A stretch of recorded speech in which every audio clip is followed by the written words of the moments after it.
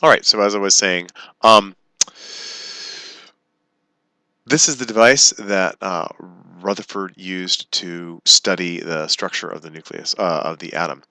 We have this circular screen that is fluorescent so that it glows when it's struck by a charged particle, um, like a positively or negatively charged particle. And we have a very, very, very thin layer of gold foil. So you take gold and you hammer it out until it's astonishingly thin as possible, just a couple of atoms thick. Um, that goes here, and then outside the circle of the screen, you have a producer of alpha particles. Now we haven't really discussed what an alpha particle is yet, but this source of alpha particles is here, and it produces this beam.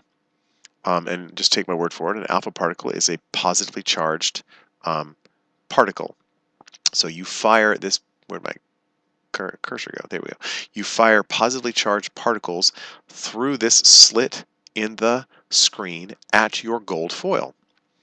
All right. Um, and what he was interested in seeing how these positively charged alpha particles would scatter when they hit the gold foil. So what he expected was that the alpha particles would strike the gold foil and bounce backwards, and he wanted to see what kind of scattering pattern you would get.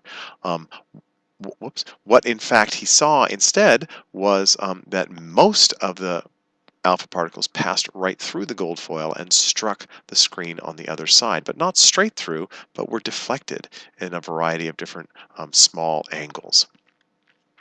So this is what we think is happening, or well, I'm sorry, what he thought is happening. Here is the incoming stream of alpha particles. They're positively charged particles. And this represents the gold foil. The particles, some of them can pass, most of them pass right through without striking this dense, positively charged nucleus that we find in the middle of an atom. So this beam, for example, and this beam, and this beam, and this beam, see how they're passing straight through and not being interfered with?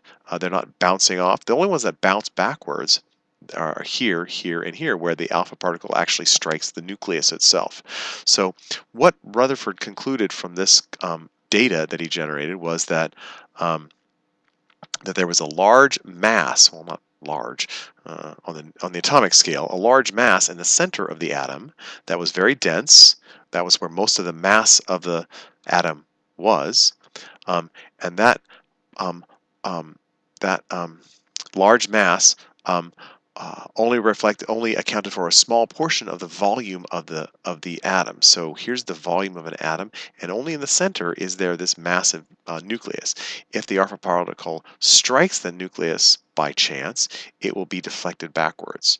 But for the most part, the alpha particle is going to pass right through, because most of this gold sheet of foil is empty space.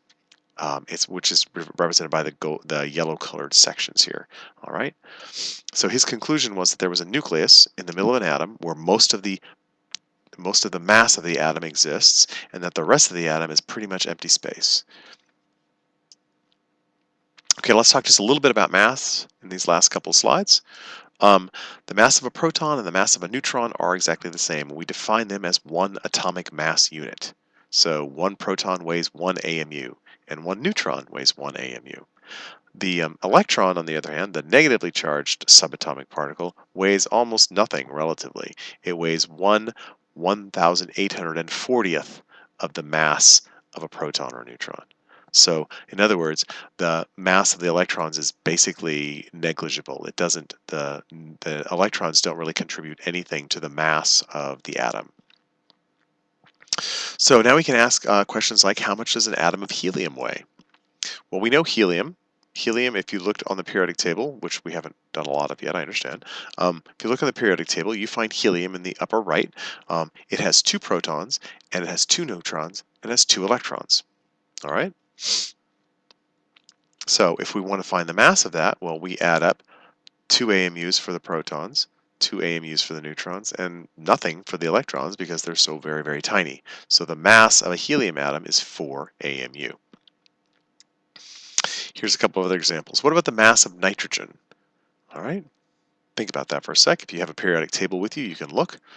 Um, Nitrogen has 7 protons and 7 neutrons and 7 electrons. So the mass of that should be 14 AMU. We count 7 atomic mass units for each for the 7 protons, and then the same for the 7 neutrons. The electrons do nothing. What about neon?